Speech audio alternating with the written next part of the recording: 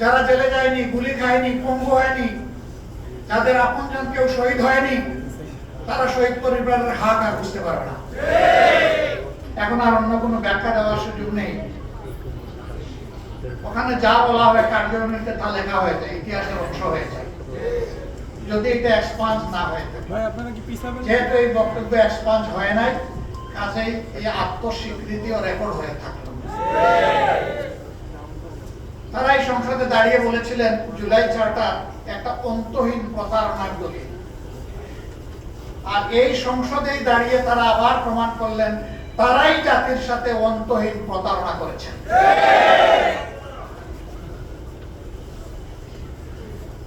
তারা বলেন এই 4টা প্রশ্ন আমি বুঝি না, সাধারণ জনগণ বুঝে কিভাবে? আমার প্রশ্ন হলো 4টা প্রশ্ন যদি জনগণ না বুঝে তাহলে 31টা বুঝে কিভাবে?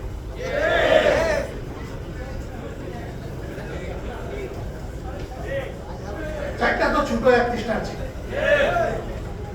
তাইলে 31টা বুঝে নাই জনগণ। সুতরাং জনগণকে আপনারা মূর্খ বলছেন, মূর্খ। আমরা এখানেও নিন্দা জানাই। জনগণের বিবেচনাবোধের উপরে যারা প্রশ্ন তুলে, বুঝতে হবে তারা গণতন্ত্রে বিশ্বাস করে না। গণতন্ত্রে বিশ্বাস করলে জনগণের বিবেচনাবোধের উপর প্রশ্ন তোলার কারো কোনো অধিকার নেই। এই কাজটা তারা অবলীলায় করেছেন। দুঃখ লাগে, আগেই বলেছি 17.5 বছর তারাও তো মজলুম ছিল, তাদেরও তো বহু লোক নিহত হয়েছে, গুম হয়েছে, পঙ্গু হয়েছে, জেলে গিয়েছে। হ্যাঁ, এটা ঠিক যে সবাই জেলে যায়। যারা জেলে যায়নি, গুলি খায়নি, পঙ্গু হয়নি, যাদের আপনজন কেউ শহীদ হয়নি, তারা শহীদ পরিবারের হাক আর বুঝতে পারবে না।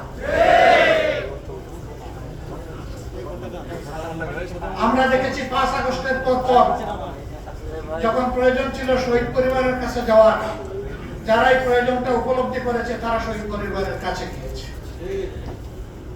আর কেউ কেউ তখন থেকেই নির্বাচনের দাবি তুলেছে।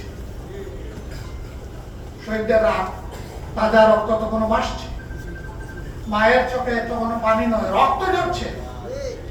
সেই সময় তাদেরকে সান্ত্বনা দেওয়া, তাদের পাশে দাঁড়ানো, এই কাজটা না করে কিভাবে কিছু রাজনৈতিক দল তারা তখন থেকে নির্বাচনের জিকির তুলতে পারলো?